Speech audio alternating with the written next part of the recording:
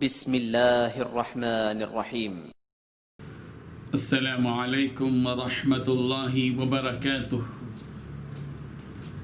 الحمد للہ وکفی وسلام علی عباده الذین اصطفی، اما بعد۔ حاضرین و ناظرین، یہ درس نمبر 759 ہے، 759۔ سورہ انفال کی 3 آیتوں کی تلاوت اور تشریح آج کی جائے گی۔ آیت نمبر 61، 62 اور 63، 61، 62 اینڈ 63۔ چلیے سب سے پہلے ہم ان 3 آیتوں کی تلاوت کرتے ہیں، لفظی ترجمے اور ترجمے کے بعد تشریح کرتے ہیں۔ اعوذ باللہ من الشیطان الرجیم، بسم اللہ الرحمن الرحیم۔ وَإِن جَنَحُوا لِلسَّلْمِ فَاجْنَحْ لَهَا وَتَوَكَّلْ عَلَى اللَّهِ إِنَّهُ هُوَ السَّمِيعُ الْعَلِيمُ وَإِن يُرِيدُوا أَن يَخْدَعُوكَ فَإِنَّ حَسْبَكَ اللَّهُ هُوَ الَّذِي أَيَّدَكَ بِنَصْرِهِ وَبِالْمُؤْمِنِينَ وَأَلَّفَ بَيْنَ قُلُوبِهِمْ لَوْ أَنفَقْتَ مَا فِي الْأَرْضِ جَمِيعًا مَا أَلَّفْتَ بَيْنَ قُلُوبِهِمْ وَلَكِنَّ اللَّهَ أَلَّفَ بَيْنَهُمْ إِنَّهُ عَزِيزٌ حَكِيمٌ۔ صدق اللہ العظیم۔ وَإِن جَنَحُوا، اور اگر وہ جھکیں، لِلسَّلْمِ صلح کے لیے، فَجْنَحْ، پیغمبر آپ بھی جھک جائیں، لہا اس کے لیے، وَتَوَكَّلْ، اور بھروسہ کیجئے، عَلَى اللَّهِ، اللہ پر، إِنَّهُ، بے شک وہ، السمیع، خوب سننے والا، العلیم، خوب جاننے والا ہے۔ وَإِن، اور اگر یریدو، وہ ارادہ کریں، ان یہ کہ یخدعوک، آپ کو دھوکہ دیں، فإنا، تو بے شک، حسبک، کافی ہے آپ کو، اللہ، اللہ، هو الذی، وہی ہے جس نے، ایدک، آپ کی تائید کی، بنصرہ، اپنی مدد سے، وبالمؤمنین، اور مومنوں کے ذریعے سے، وَأَلَّفَ، اور اس نے الفت ڈال دی، بین قلوبہم، ان کے دلوں کے درمیان، لو، اگر، انفقت، آپ خرچ کر دیتے، ما، جو کچھ کہ فی الارض، زمین میں، جمیعاً، سارا کا سارا، تو ما الفتا، تو الفت نہیں ڈال سکتے تھے آپ، بین قلوبہم، ان کے دلوں کے درمیان، ولیکن اللہ، لیکن اللہ نے، الفا، الفت ڈال دی، بینہم، ان کے درمیان، انہو، بے شک وہ، عزیز، نہایت غالب، حکیم، خوب حکمت والا ہے۔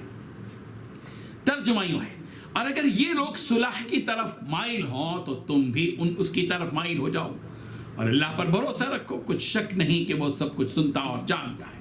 اور اگر یہ چاہیں کہ تمہیں فریب دیں تو اللہ تمہیں کفایت کرے گا، وہی تو ہے جس نے تمہیں اپنی مدد سے اور مسلمانوں کی جمعیت سے تقویت بخشی اور ان کے دلوں میں الفت پیدا کر دی۔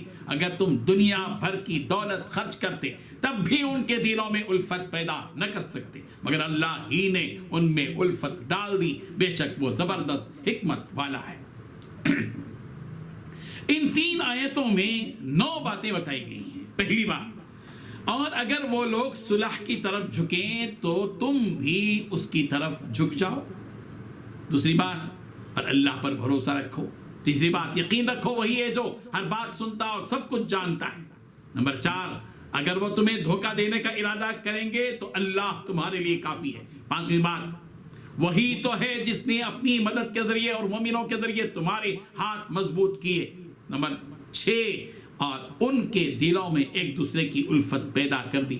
نمبر 7، اگر تم زمین بھر کی ساری دولت بھی خرچ کر لیتے تو ان کے دلوں میں یہ الفت پیدا نہ کر سکتے۔ نمبر 8، لیکن اللہ تعالیٰ نے ان کے دلوں کو جوڑ دیا۔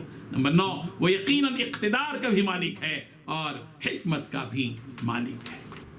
دین اسلام امن و سلامتی کا علم بردار ہے۔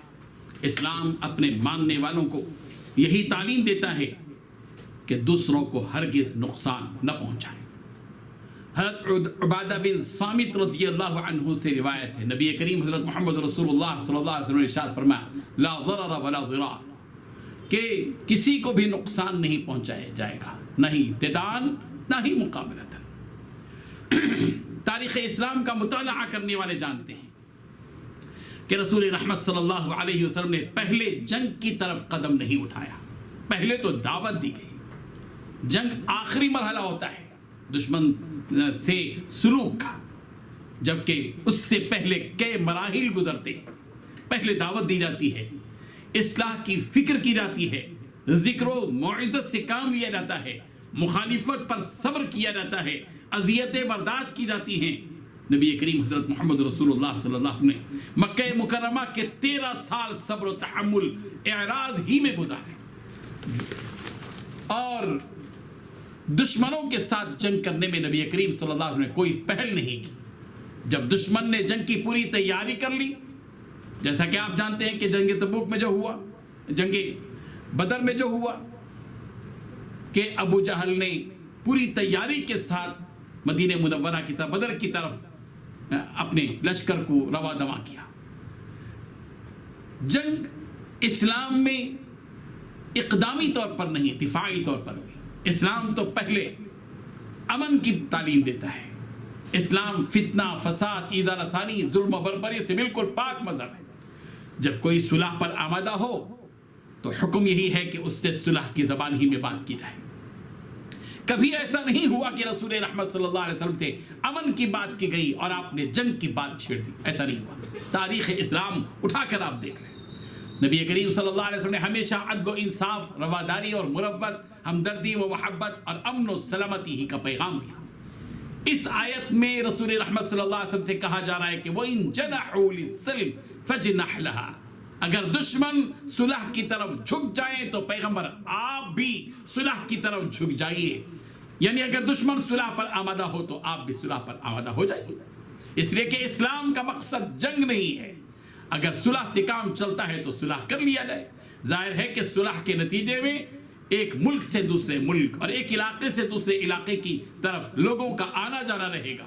مسلمان اور کافر ایک دوسرے سے ملاقات کریں گے اور دونوں کی تجارتی اور دونوں ایک دوسرے سے مختلف غرضوں سے ملاقاتیں کریں گے۔ یہ ملاقاتیں اپنے اخلاق کو پیش کرنے کا سنہری موقع ہوتا ہے۔ اگر کافروں کا مسلمانوں کے ہاں آنا جانا رہے گا تو مسلمانوں کی اذانیں، نمازیں اور ان کی دیگر عبادتیں اور ان کا بہترین سلوک اور حقوق کی ادائیگی کا منظر جب وہ دیکھیں گے تو ان کے دلوں میں اسلام اور مسلمانوں کی محبت پیدا ہوگی۔ اس طرح یہ مرحلہ دعوت دین کے لیے مفید اور مؤثر ثابت ہوگا۔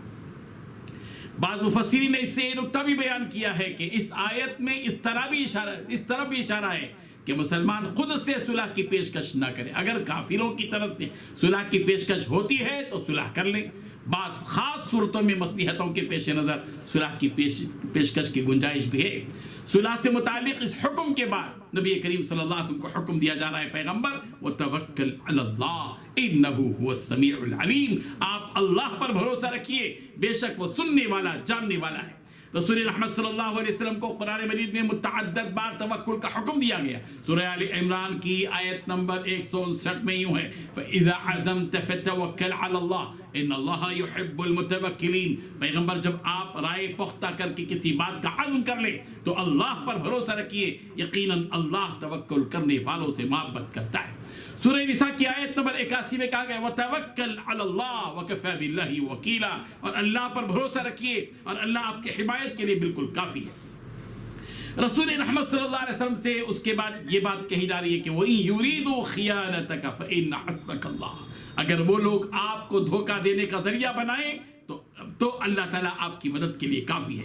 جب اللہ تعالیٰ آپ کی مدد کے لیے کافی اور وافی ہو جائے تو دشمنوں کی سازشیں، ان کی تدبیریں، ان کا مکر و فریب سب کچھ خاک میں مل جائے گا، اور اللہ تعالیٰ ان دشمنوں کے مقابلے میں آپ کی مدد کرنے کا، ماضی میں بھی اللہ تعالیٰ بارک و تعالیٰ نے آپ کی مدد فرمائی اور مستقبل میں بھی اللہ تبارک و تعالیٰ آپ کی مدد کرے گا، بس آپ اللہ پر توکل رکھیے۔ چنانچہ اللہ تبارک و تعالیٰ نے آسمان سے فرشتوں کا نزول فرمایا۔ جنگ بدر میں مشرکوں سے مقابلے میں مدد کرنا یہ وہ حقیقت ہے جس سے آپ کو حوصلہ ملتا ہے کہ مستقبل میں بھی پیغمبر اللہ تعالیٰ آپ کی مدد کرے گا۔ یہاں ایک اور حقیقت بھی بتلائی گئی ہے کہ اللہ تعالیٰ کا یہ انعام اور فضل ہوا کہ اس نے مسلمانوں کے دلوں میں الفت اور محبت پیدا کر دی۔ ایسے موقع پر جب کہ دشمن سے سخت مقابلہ درپیش ہو، مسلمانوں کے دلوں میں اٹوٹ محبت و الفت قائم ہو جائے تو یہ محبت دشمنوں سے جم کر مقابلہ کرنے اور دشمنوں کو مغلوب کرنے کا سبب بن جاتی ہے۔ یہی وہ صحابہ کرام تھے جو دور جاہلیت سے گزر کر آئے تھے۔ ان کا ماضی آپسی قتل و قتال اور ظلم و ستم سے بھرپور تھا، مگر جب اسلام کی دولت انہیں نصیب ہوئی تو ان کی زندگیوں میں انقلاب آ گیا، کایا پلٹ گئی، اور آپس میں ایک دوسرے کا جینا حرام کرنے والے ایک دوسرے کے لیے قربان ہونے لگے۔ ان میں ایثار، ہمدردی، محبت، الفت قائم ہو گئی۔ یہ اللہ تعالیٰ کی بہت بڑی نعمت تھی جو ان پر ہوئی۔ مسلمانوں کے دلوں میں دلی محبتوں کا پیدا ہو جانا اللہ تبارک و تعالیٰ کی طرف سے خاص قسم کا فضل بھی تھا اور اس کی قدرت و طاقت کا مظہر بھی تھا۔ سورہ آل عمران کی آیت نمبر 103 میں بھی اس نعمت کا تذکرہ یوں ہے، وَاذْكُرُوا نِعْمَةَ اللَّهِ عَلَيْكُمْ إِذْ كُنْتُمْ أَعْدَاءً فَأَلَّفَ بَيْنَ قُلُوبِكُمْ فَأَصْبَحْتُمْ بِنِعْمَتِهِ إِخْوَانًا۔ اللہ تعالیٰ نے تم پر جو انعام کیا ہے اسے یاد رکھو کہ ایک وقت تھا جب تم ایک دوسرے کے دشمن تھے، پھر اللہ تبارک و تعالیٰ نے تمہارے دلوں کو جوڑ دیا اور تم اللہ کے فضل سے بھائی بھائی بن گئے۔ یہ محبت اتنی بڑی نعمت اور دولت ہے کہ زمین میں موجود ساری دولت بھی اگر خرچ کر دی جائے تب بھی انسانی طاقتیں پوری دولت خرچ کرتے ہوئے وہ محبت مسلمانوں کے درمیان پیدا نہیں کر سکتے جو محبت اللہ تبارک و تعالیٰ مسلمانوں کے درمیان میں پیدا کیا۔ اللہ تعالیٰ ان حقائق کو سمجھنے کی توفیق عطا فرمائے۔ وآخر دعوانا ان الحمد للہ رب العالمین۔